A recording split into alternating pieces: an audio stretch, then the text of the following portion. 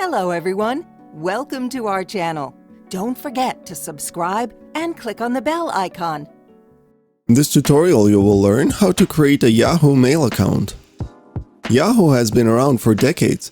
If you're looking to create an email account, here's how to do it.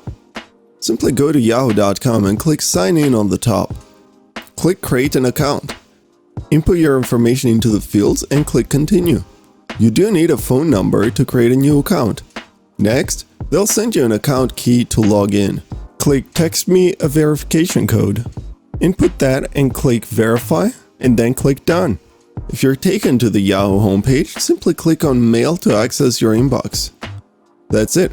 Remember, you do need a mobile phone number to create an account. What other email-related tutorials would you like us to make? Thanks for watching. If you enjoyed this video, please make sure to give it a thumbs up and subscribe to our channel.